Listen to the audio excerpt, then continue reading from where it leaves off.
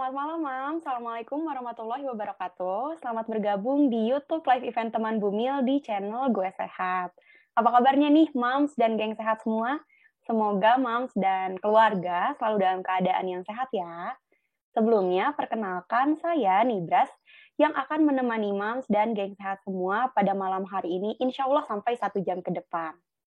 Seperti biasa nih, hari ini kita akan membahas topik yang menarik, dan kali ini kita akan membahas mengenai gangguan pencernaan pada ibu hamil, bersama seorang dokter obgyn yang sudah sangat dikenal nih pastinya oleh mam semua, yaitu Dr. Ardian Syahdara Syahrudin, SPOG, atau yang biasa disapa dengan Dokter Dara. Jadi, untuk mams dan geng sehat yang ingin bertanya, bisa langsung ketik di kolom komen dengan format nama, kota, email, lalu pertanyaan Mams untuk Dokter Dara. Tapi sebelum kita mulai nih, jangan lupa untuk subscribe dulu channel kita, yaitu @guesehat. Selain itu, follow juga Instagram @guesehat, @temanbumil, dan yang paling baru dari kita sekarang ada yang namanya @teman_parenting. Kalau Mams belum tahu dan bertanya-tanya apa sih bedanya teman bumil dan teman parenting, nah, kalau di Teman Bumil, Mams bisa dapat informasi terkait kehamilan, newborn. Kalau di Teman Parenting ini, Mams bisa mendapatkan obrolan seputar parenting untuk anak usia 1 sampai dengan 5 tahun. Selain itu juga banyak konten-konten menarik seputar relationship dengan dads. Jadi pastinya menarik banget untuk di-follow tuh, Mams ya. Oke deh, kalau begitu tanpa berlama-lama lagi, kita langsung sapa aja narasumber kita yang dari tadi udah standby nih, Mams, yaitu Dokter Dara. Kalau begitu kita langsung sapa aja. Halo, selamat malam Dokter Dara. Assalamualaikum. Waalaikumsalam, selamat malam Nibras. Apa kabar? Alhamdulillah baik. Dokter, gimana kabarnya malam hari ini?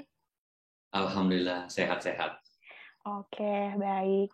Nah, Mams, sejak Mams dinyatakan hamil, sudah pasti Mams hanya memberikan yang terbaik untuk Mams sendiri dan tentunya untuk janin yang ada di kandungan Mams. Mams mulai mengonsumsi makanan yang bergizi, menjauhi kebiasaan yang mungkin membahayakan janin, dan menjaga agar daya tahan tubuh Mams tetap kuat. Bagaimanapun, fisik yang sehat dan kuat dibutuhkan selama kehamilan. Namun Mams, ada aja nih kalanya gangguan kesehatan yang Mams alami selama kehamilan. Salah satunya yang mungkin sering dialami adalah gangguan pencernaan. Mual, muntah, sepertinya sudah biasa dialami ya, Mams, di awal kehamilan, tapi kadang gangguan pencernaan yang lainnya juga dialami, seperti misalnya salah-salah makan sampai jadi diare atau bahkan sembelit. Nah, gimana nih caranya untuk mengatasi gangguan pencernaan tersebut? Kita langsung tanya aja untuk mengatasi kegalauan dan kegundahan Mams nih bersama Dokter Dara.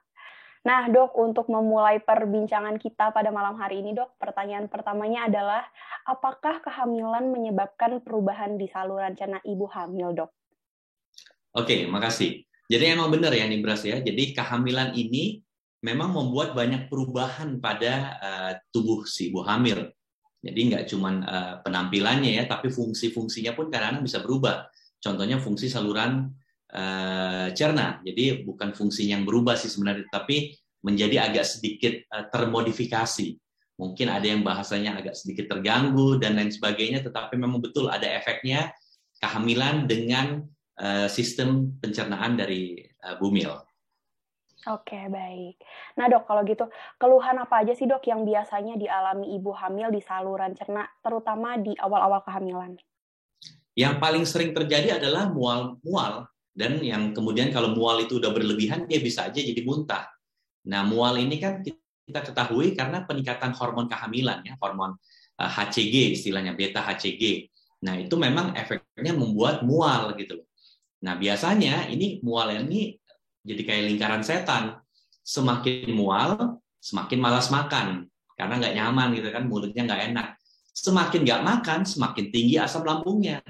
Akhirnya itu yang namanya lingkaran setan. Dia muntah, mau minum nggak enak, mulutnya pahit, nggak makan, naik lagi, muntah lagi, akhirnya sampai lemes. Itu yang namanya hiperemesis gravidarum. Jadi memang ini kondisi yang tidak dialami oleh semua perempuan, tetapi kalau mual pada bumil, ini sebagian besar perempuan mengalami mual, bisa sekitar 80% bumil hamil muda itu mual.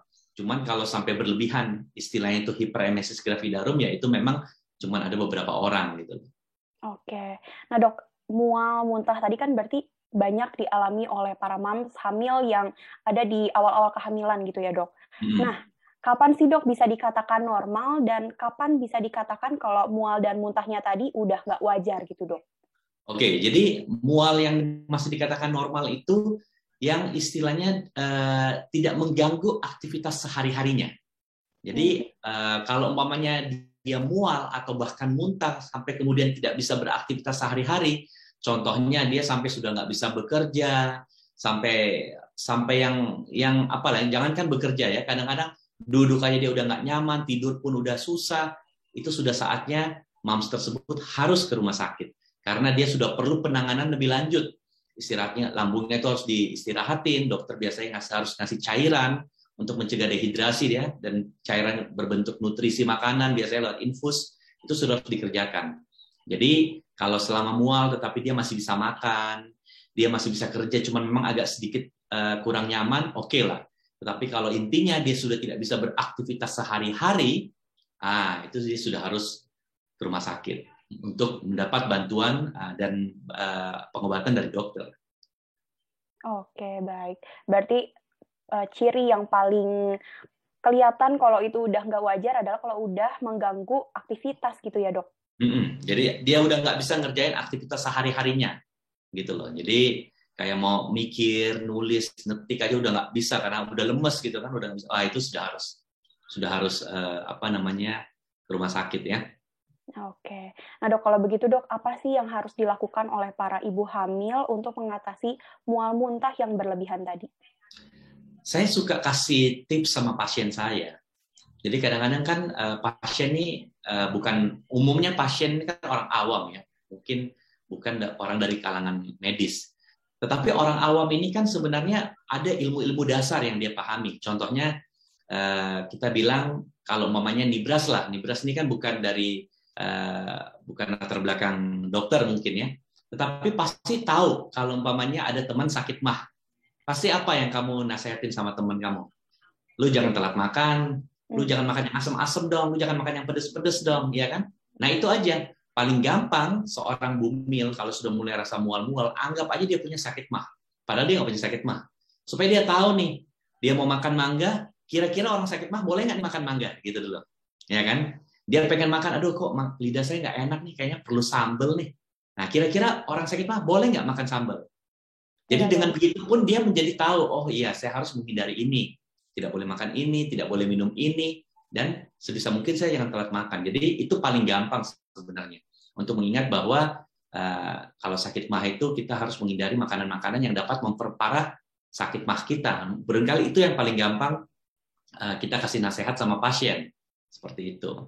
Oke, baik. Dok, selain itu pastikan jalur pintas adalah minum obat. Boleh nggak sih dok kalau ibu hamil minum obat anti mual atau anti muntah?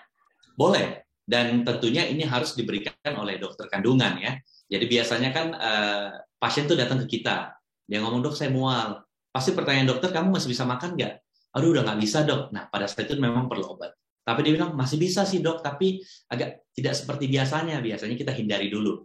Kita sarankan dia secara konservatif menjaga lambungnya dengan makan teratur, makan makanan yang kira-kira tidak membuat dia tanpa mual ya, hindari makanan yang asam, soda, kafein, buah yang asam-asam, makanan yang pedas-pedas.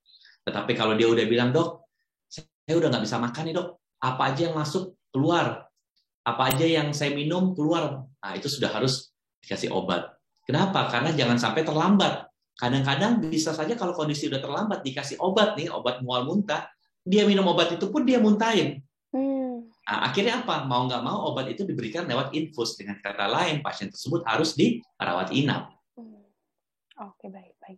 Berarti dok, obat itu diperbolehkan kalau udah sampai mamsnya nggak bisa makan, nanti malah memperparah ini ya dok, nutrisi juga ya dok, betul nggak dok? Iya. Oke, baik.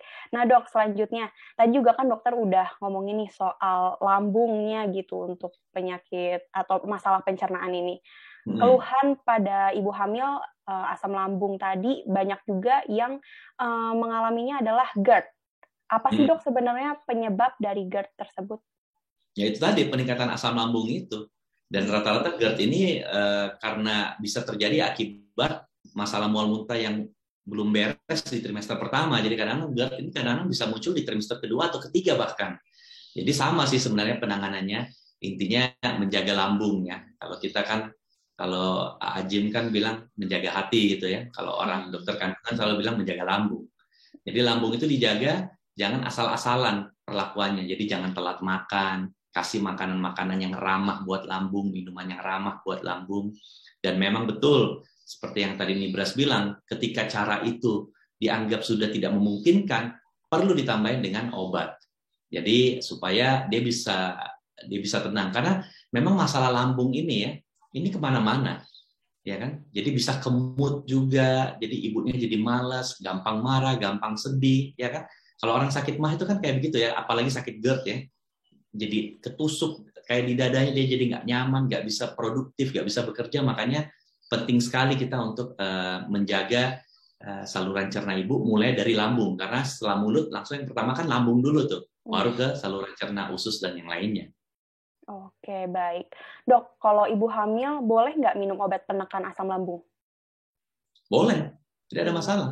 Jadi obat-obatan lambung pada ibu hamil cenderung aman, tetapi memang sebaiknya tidak diminum sendiri. Sebaiknya konsultasikan sama dokternya, dalam hal ini dokter kandungannya. Ada orang sebelum hamil dia sudah minum obat-obat lambung, mungkin dia sudah punya riwayat sakit MAH, ya kan? Tanyakan aja sama dokternya, biasa saya minum obat ini dok.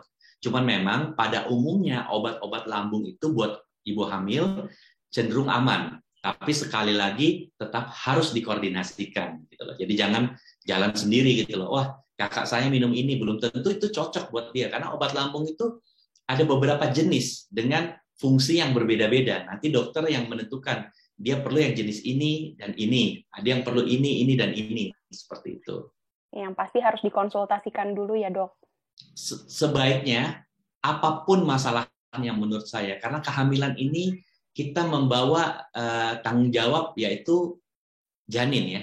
Agak beda lah sama kalau kita dewasa, kita agak sakit apa ya, gatal-gatal gitu ya, makan ikan nih kok gatal-gatal nih, jangan-jangan alergi, kita minum lah obat anti alergi yang biasa kita minum. Tetapi kalau pada kehamilan sebaiknya jangan, karena ada beberapa obat-obat tertentu yang bisa masuk ke plasenta dan belum tentu bisa dimetabolisme dengan baik oleh si janin, malah membahayakan janin tersebut. Nah dok, saya juga sering dengar nih keterikatan antara gaya hidup dan asam lambung. Nah dok, apakah perubahan gaya hidup bisa mengatasi keluhan asam lambung tersebut?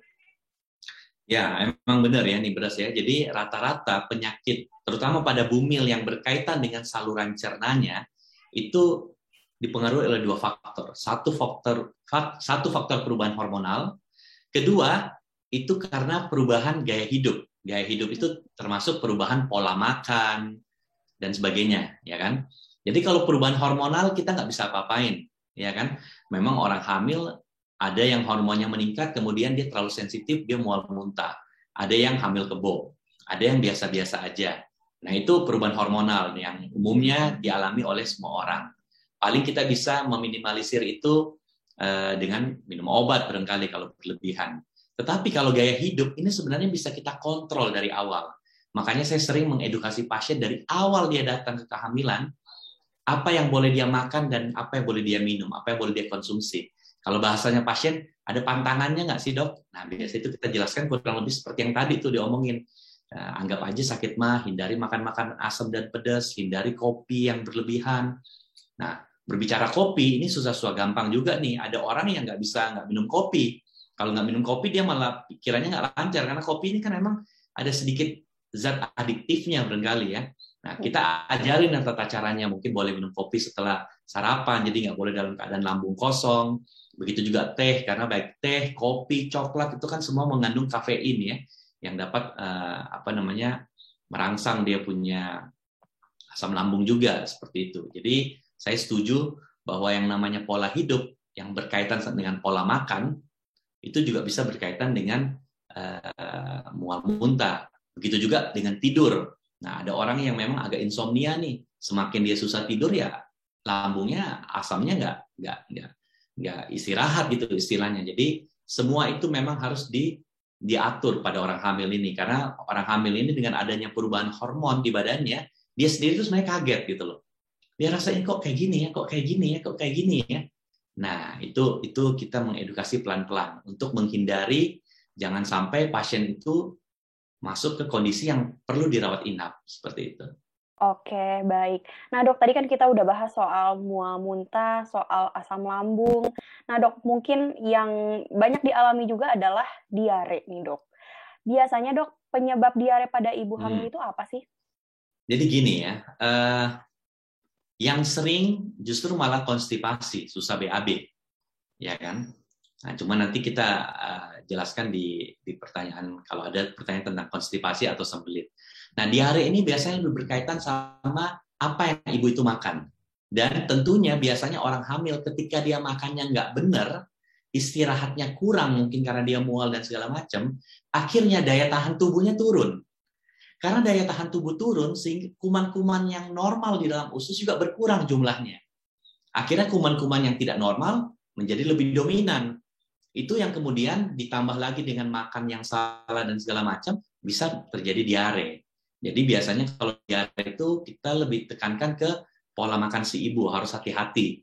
Terutama itu tadi ya, makan sambal-sambal itu kan nggak cuma asam lambung ya. Makanya ada istilahnya muntaber, zaman dulu itu ya. Kenapa? Karena dia muntah, kemudian dia biasa buang-buang air juga. Karena itu tadi, harus hati-hati pada bumil. Jadi hati-hati makannya supaya lambungnya teratasi, jangan juga makan yang pedas-pedas atau yang terlalu gimana banget, karena fungsi ususnya itu belum tentu optimal, terutama di awal-awal kehamilan, 3-4 bulan pertama itu.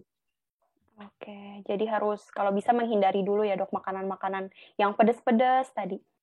Ya, karena memang gini ya, Niudas ya, orang hamil ini karena ada asam lambung, naik dari lambung ke lehernya, dia itu merasa nggak nyaman. Jadi dia pengen makan sesuatu yang strong juga, yang kuat juga gitu loh. Jadi kalau makan yang biasa-biasa itu kayaknya nggak nendang sama pahit asam yang ada di lehernya. Nah, biasanya rasa-rasa yang kuat itu kan kalau ngerasa asam, rasa pedas, yang rasa yang kuat gitu ya. Nah, itu justru malah bahaya. Nah, biasanya kadang-kadang kita ngakalinya saranin apa ya, namanya dia punya permen karet kah, atau minum yang anget-anget kah, untuk meminimalisir itulah. Keinginan-keinginan pengen coba sesuatu itu yang pedas-pedas. Biasanya sih rata-rata pedas sama asem ya, yang cukup banyak diminati sama bumil ini.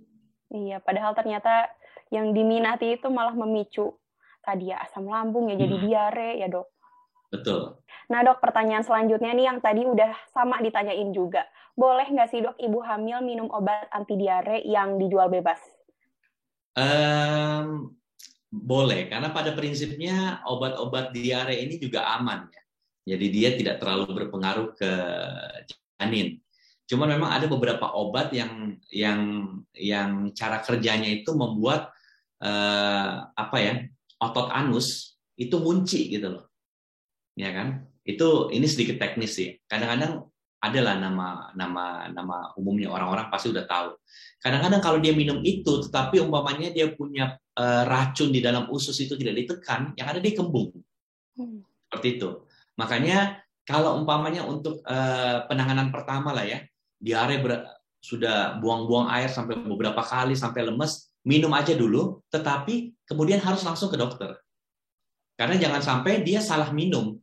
Dia minum obat, ketutup tuh istilahnya dia punya otot anus gitu ya, supaya tidak ngocor terus itu dia punya diare, yang ada perutnya kembung gitu loh. Makanya itu kan untuk penanganan diare itu ada beberapa macam ya, ada yang perlu mungkin dikasih antibakteri, ada yang mungkin dikasih antibiotik, ada yang mungkin dikasih kayak semacam arang itu untuk menekan si jumlah menekan gas dan lain sebagainya. Jadi ada beberapa macam cara. Cuman saya setuju kalau memang sudah emergency banget, orang udah nggak tuh, kan ada tuh orang diare berat, dia keluar terus tuh cairannya dari feses yang cair dari anusnya. Ya minum obat apa aja dulu yang ada di rumah lah, yang bisa dijual bebas, tetapi harus ke dokter karena bahaya. Diare sama dengan orang muntah-muntah berlebihan, bisa sampai terjadi dehidrasi seperti itu. Oke, nah Dok, diare ini sebenarnya membahayakan nggak sih, Dok, untuk janin? Secara tidak langsung iya, Karena apa? Karena kalau umpamanya ibunya diare dan tidak terkontrol, tidak teratasi, ibunya dehidrasi. Kan janin ini prinsipnya kalau ibunya kenapa-kenapa, dia akan kenapa-kenapa. Arti kan? Dan kedua, kalau diare itu kan membuat penyerapan di usus tidak maksimal. Jadi apa yang ibu makan tidak terserap secara maksimal. Akhirnya nutrisi-nutrisi yang terserap di usus itu tidak maksimal juga. Jadi janinnya mendapat nutrisi yang tidak maksimal juga tentunya pada akhirnya. Jadi diare ini jangan dianggap cuma membahayakan pada si ibu ya, tetapi juga secara tidak langsung nanti bisa membahayakan janin di dalam kandungan. Jadi istilahnya janinnya mendapat nutrisi yang tidak optimal seperti itu. Oke, baik. Berarti seserius itu ya dok, diare pada ibu hamil bisa sampai menyebabkan bayi yang ada di kandungannya jadi kekurangan nutrisi, begitu ya dok?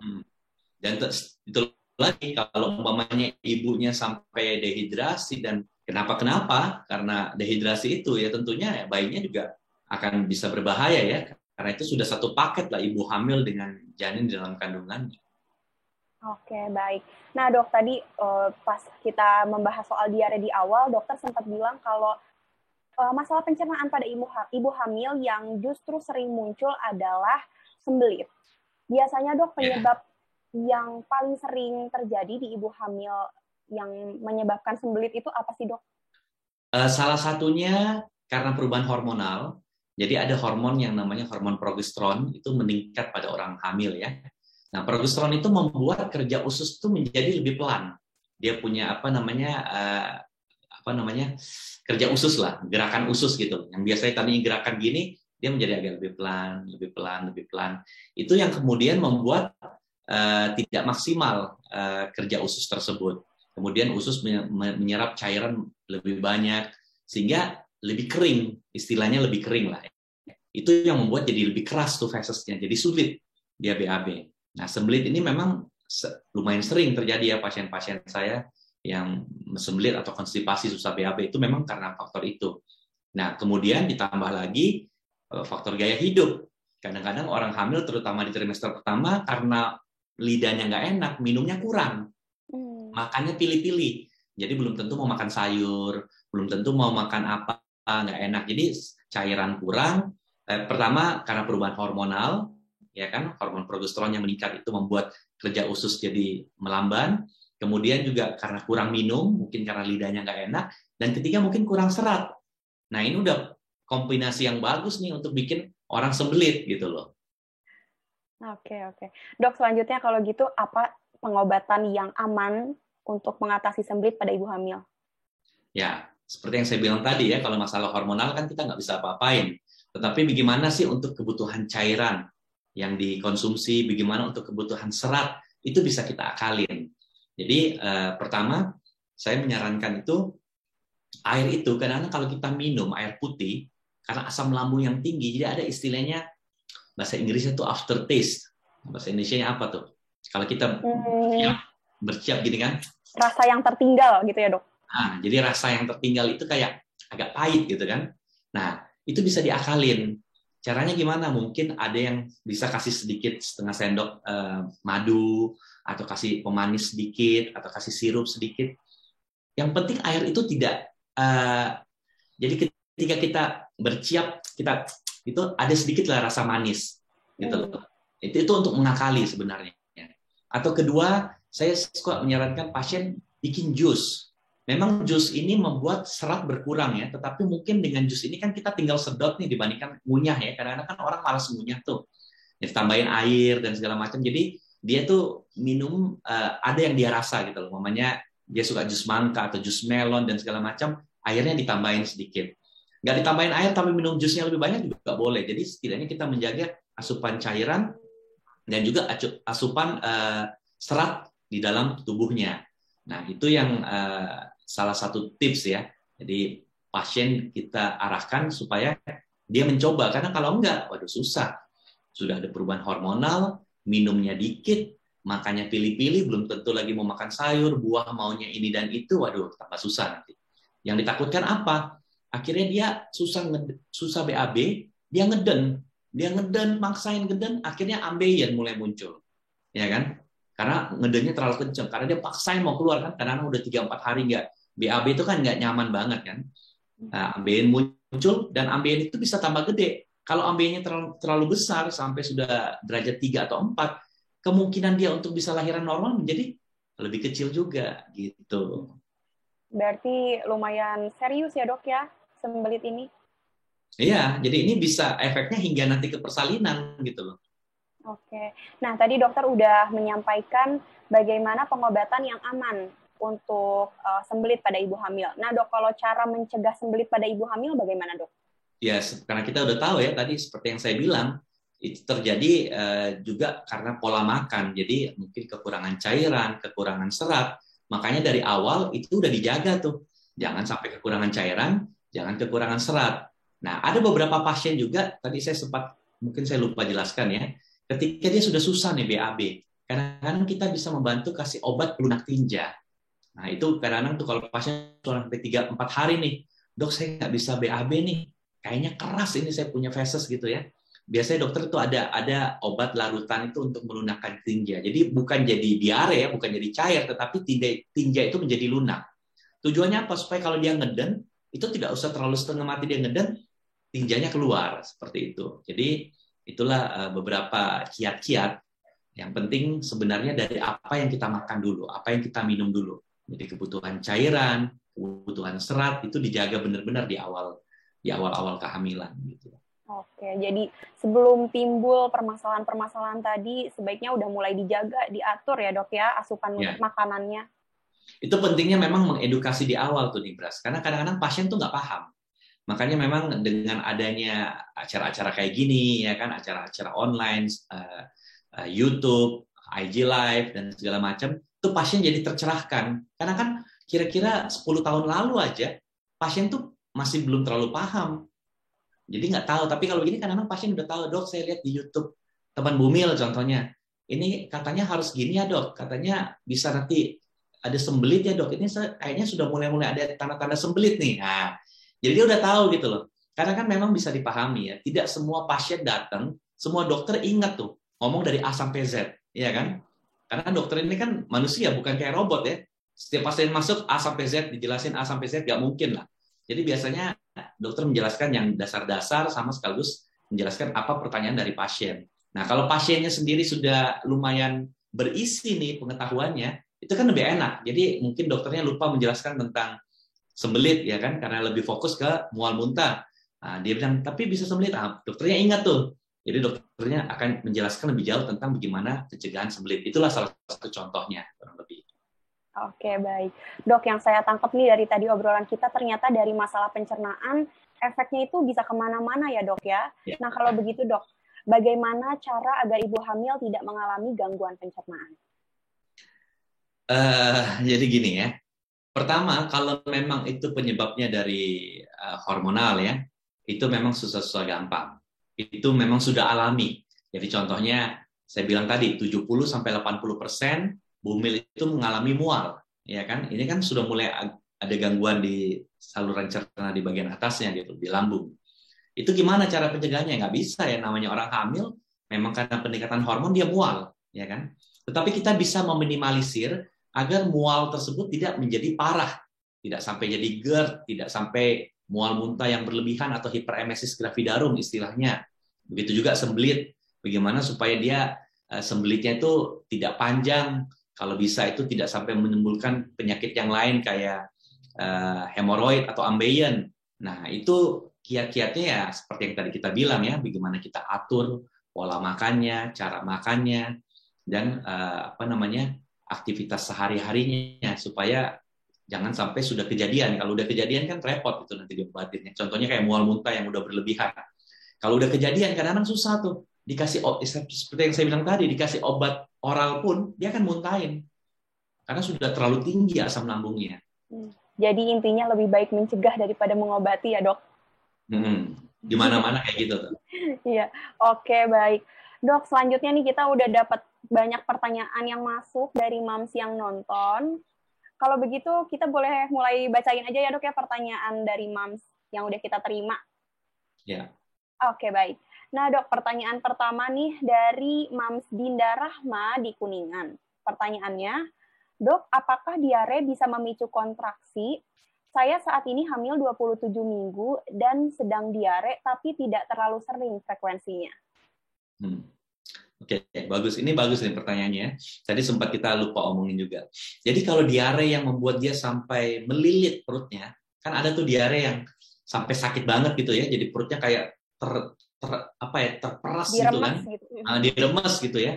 Itu bisa saja. Karena pada prinsipnya kontraksi itu bisa muncul jika ada rangsangan nyeri. Jadi contohnya orang cabut gigi, bisa itu tiba-tiba muncul kontraksi. Ya kan? Orang jatuh di kamar mandi, jatuh duduk gitu kan, bisa muncul kontraksi, termasuk itu di perutnya.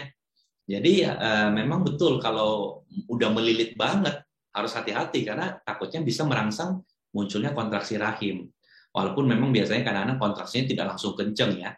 Jadi dia tidak langsung kenceng kayak mau melahirkan, tetapi bisa dia muncul kontraksi. Oke, berarti bahaya ya dok ya? Kalau tidak ditangani segera, seperti itu. Oke, baik. Nah dok, pertanyaan selanjutnya nih dari Mam Susan _Febi di Jogja. Pertanyaannya, dok saya hamil 32 minggu. Kalau perut terasa begah sekali, harus bagaimana ya? Saya sering sebelumnya tidak punya masalah pencernaan seperti mah, hanya sejak hamil saja. Ya, jadi gini, pada saat hamil 32 minggu, itu artinya sudah hamil 8 bulan. 8 bulan itu tingginya rahim itu sudah melebihi di atas pusar. Jadi kadang-kadang tuh 8 bulan bisa dikatakan sudah sekitar 3 atau 4 jari di atas pusar. Otomatis saluran cerna dalam hal ini usus itu semua terdorong ke atas. Jadi kamu bisa bayangin kayak Niblas nih dalam kondisi tidak hamil, rahim itu kecil. Sebesar apa? Sebesar telur bebek, letaknya di bawah, di perut bagian bawah.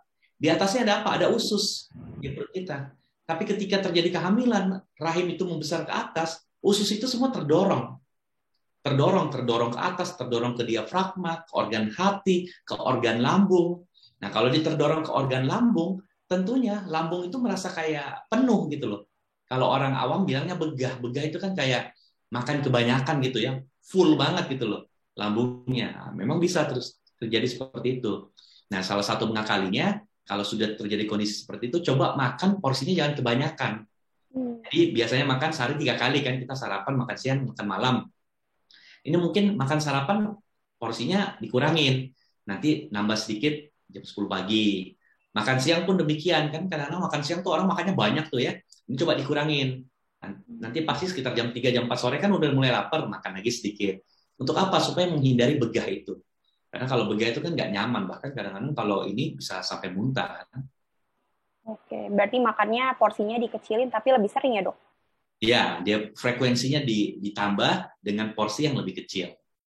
Oke, baik. Semoga terjawab ya Mams Febi untuk pertanyaannya. Oke, nah dok, pertanyaan selanjutnya nih dari Mams Rianti di Jakarta. Pertanyaannya, dok kalau masuk angin itu kenapa ya? Kan gejalanya seperti salah pencernaan, seperti kembung. Apa pengobatan ibu hamil untuk masuk angin? Kalau masuk angin pakai minyak kayu putih aja. Dikerok ya dok? Yang anget-anget di badannya gitu ya. Okay. Namanya ya itu biasanya juga lambungnya yang harus diobatin. Mungkin asam lambungnya terlalu tinggi ya kan. Nah yang kayak gitu sih tidak terlalu sulit lah ya kan. Jadi jangan telat makan. Kalau asam lambungnya naik diobatin asam lambungnya. Terus bolehlah perutnya diolesin sama minyak yang anget-anget, bukan yang panas ya. Jadi bukan semacam kayak pakai koyo yang cabe yang panas banget, enggak, yang anget. Yang anget umumnya itu kan kayak minyak kayu putih lah. Saya rasa semua orang udah tahu ya, yang kayak gitu. Oke, baik dok. Nah dok, ternyata pertanyaan dari Mam Srianti tadi menjadi pertanyaan terakhir kita pada malam hari ini. Kalau begitu dok, sebelum kita akhiri nih dok live kita pada malam hari ini, mungkin boleh disampaikan dulu closing statement-nya terkait tema kita, dok. Silahkan. Oke. Jadi buat moms yang nonton video kita pada malam ini, saya mau tekankan bahwa kehamilan itu adalah suatu berkah dari Tuhan pada sekelompok wanita, tidak pada semua wanita. Itu harus disadari. Jadi dengan itu kita menjadi semakin bersyukur, ya kan? Kita bersyukur untuk apa? Untuk menjaga berkah ini, ya kan? Dengan cara apa? Menjaga pola makan, pola tidur, dan tidak mengikuti ego kita. Nah, umpamanya cuma mau makan ini, tidak mau itu, tidak mau ini, mutungan, itu nggak bagus karena semakin meningkatkan asam lambungnya, ya kan? Jadi itu harus disadari. Untuk masalah hormonal akibat yang berkaitan ke saluran cerna itu nggak bisa diapa-apain. Anggap aja, bersyukur aja. Kalau orang awam bilang dinikmatin aja deh, ya kan? Tetapi hal-hal yang berkaitan sama pola hidup, pola makan itu bisa kita atur. Supaya apa? Supaya kehamilannya menyenangkan. Mungkin itu closing statement dari saya. Oke, Dok. Perlu banget nih di-note sama moms semua kalau selama kehamilan perlu dijaga dengan menekan ego moms, mulai mengkonsumsi makanan yang bergizi dan mengatur pola hidup. Begitu betul ya, Dok ya? Betul banget. Oke, baik. Dok, terima kasih banyak nih untuk waktu dan ilmunya pada malam hari ini. Semoga Sama-sama, kita bisa Nida. ketemu lagi di live berikutnya ya, Dok ya. Oke. Nah, Moms dan Geng Sehat, itu dia tadi obrolan kita dengan Dokter Dara. Semoga bisa bermanfaat dan untuk Moms yang pertanyaannya belum terjawab, Moms bisa pantengin terus Instagram Live Teman Bumil, Gue Sehat, dan Teman Parenting. Karena kita rutin banget nih mengadakan live event di Instagram, YouTube, maupun kelas online. Kalau begitu, terima kasih untuk waktunya. Sampai bertemu lagi di live berikutnya.